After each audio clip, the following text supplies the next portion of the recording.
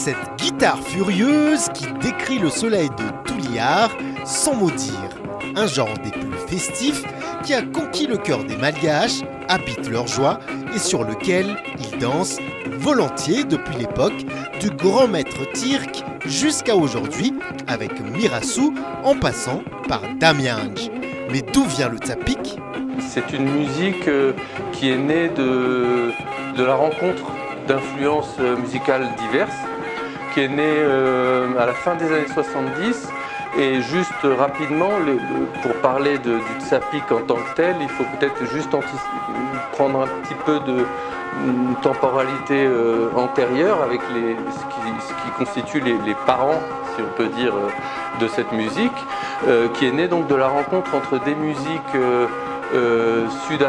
africaines et sud-africaines, notamment d'un certain Lulu Masilela, qui était diffusé via l'industrie du disque malgache, qui était centralisée à Tananarive à l'époque, qui s'appelait Discomad, c'était la famille de Gomarmon. Par ailleurs, à Tuléar, d'où vient cette musique, le tzapik, la région de Tuléar, on captait mieux les ondes à l'époque africaines, les ondes radiophoniques, que les ondes de la capitale. Et donc les gens étaient habitués, les musiques africaines faisaient partie de l'univers sonore et musical auquel les gens étaient habitués.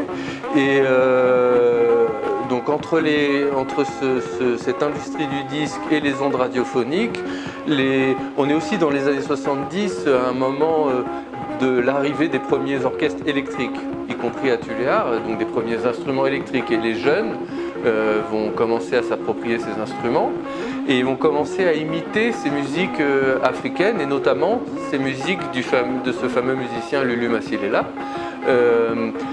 Donc imitation, première étape d'imitation, puis ils vont commencer à y ajouter des éléments des cultures musicales traditionnelles de la région de Tuléar, et de cette fusion va naître un premier genre musical, une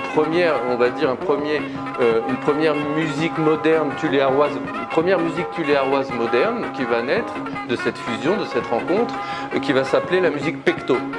Là on est dans les années 70, pecto comme le bonbon parce que c'est une musique mafane. L'industrie du disque avait besoin dans un premier temps de capter des consommateurs, on va dire, locaux pour pouvoir vendre leur tourne-disque et que les gens puissent adhérer à cette nouvelle marchandisation de la musique. Bref, donc au départ, ils ont misé sur des répertoires locaux, tzapik, Saleg au nord, tzapik au sud, Bassès à l'est, etc. Et ils ont commencé à produire des musiciens des régions.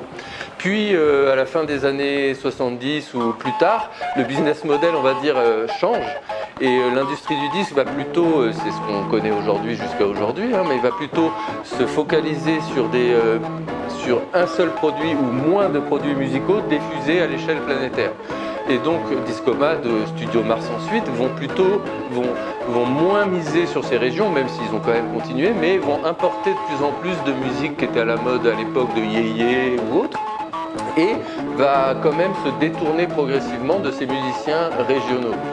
Et alors que l'industrie du disque quitte cet univers tuléarois, puisqu'on parle du tzapik, un acteur va devenir de plus en plus central à cette époque à Tuléar, et cet acteur, c'est la campagne.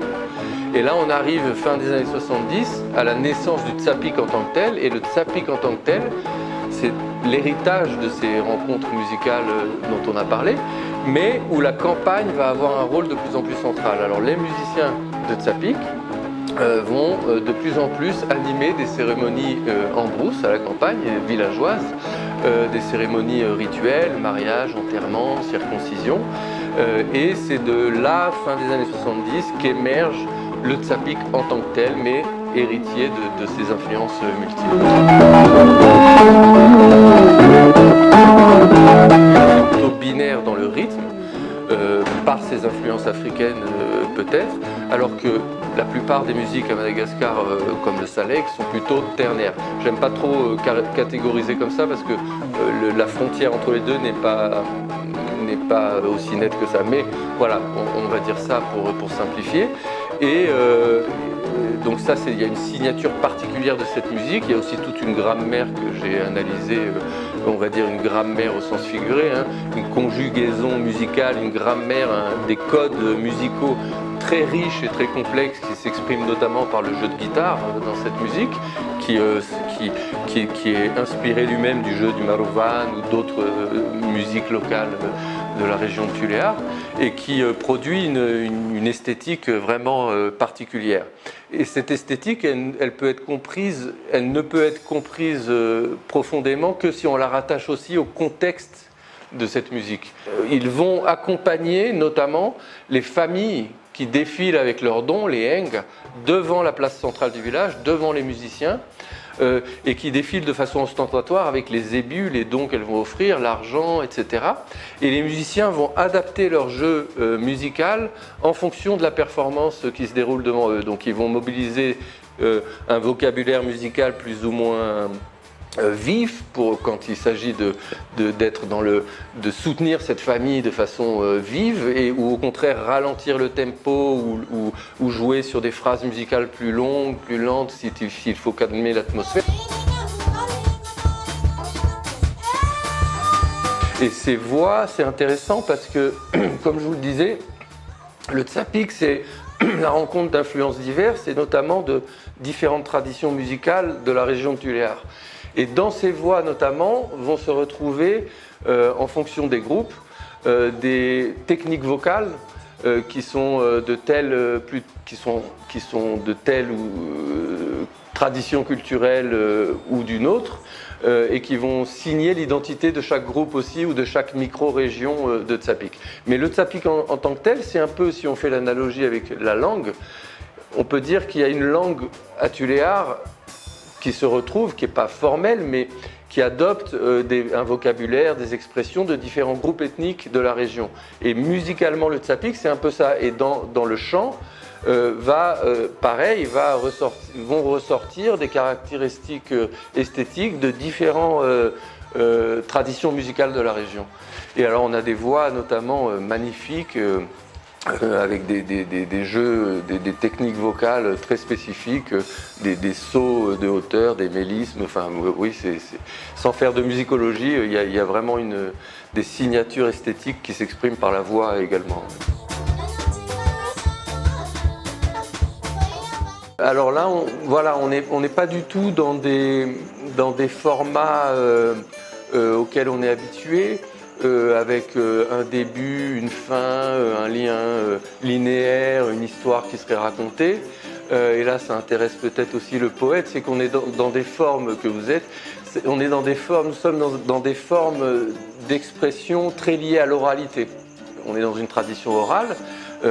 Et donc, les chanteurs vont combiner des proverbes traditionnels locaux avec ensuite des interjections qui visent à capter le public, entre guillemets, ou lorsque c'est une cérémonie, les gens qui défilent, etc. Ensuite, avec des scènes qui sont vécues, qui sont exprimées par le chanteur ou la chanteuse comme si elles étaient vécues à l'instant même qu'elles sont proclamées, donc des sortes de mini-scènes théâtrales, je ne sais pas comment dire. Et donc tout ça se fait dans un emboîtement qui, pour un spectateur citadin ou occidental, est compliqué à comprendre, ce qui fait que parfois il y a des reproches sur il n'y a pas de musique, il n'y a pas de sens, on ne comprend pas. En fait, si, c'est juste l'expression d'un quotidien vécu par l'ensemble de la population. Ça, c'est pour la forme. Et sur le fond, les textes parlent des préoccupations, un peu comme des chroniques quotidiennes, des problèmes des gens sur place. Donc ça va des problèmes du Dzagoub, du village natal lié aux migrations en ville, aux problèmes de famine, ou alors aussi des chroniques journalistiques presque, parce que je me souviens lorsque les premières mines de saphir avaient été découvertes, les chansons parlaient des saphirs. Alors les changements, les évolutions, c'est que c'est aussi un métier très difficile avec des conditions très dures. Les musiciens enchaînent cérémonie sur cérémonie dans des conditions très difficiles. Ils sont pauvres, etc. Et donc certains d'entre eux à partir des années 2000-2005, notamment avec l'arrivée des vidéoclips qui a changé un peu la donne, ont quitté ce cercle que je vous ai décrit là, Tulliarois. Alors certains d'entre eux l'ont quitté directement pour Andaf, comme le musicien Damil, qui vit en France et qui est une sorte d'ambassadeur de cette musique en Europe et ailleurs. Et d'autres l'ont quitté pour Tananarive, comme le musicien Teta, qui navigue entre les deux, mais qui a multiplié d'autres expériences, ou encore comme Raswa Kininik, à l'époque, qui elle était restée à Tana et qui a fait connaître par les vidéoclips, avec l'arrivée de cette nouvelle technologie, le tsapik à une échelle plutôt nationale. Et aujourd'hui, on y reviendra peut-être tout à l'heure, il y a son fils Liko Kininik qui a repris la relève, et c'est une des évolutions du tsapik, parce que lui, le Sud étant très pauvre et avec peu de débouchés pour les musiciens, il a eu l'intelligence musicale de mélanger son tsapik au saleg. Et du coup, il multiplie les contrats dans un territoire beaucoup plus large, au nord, au sud, etc.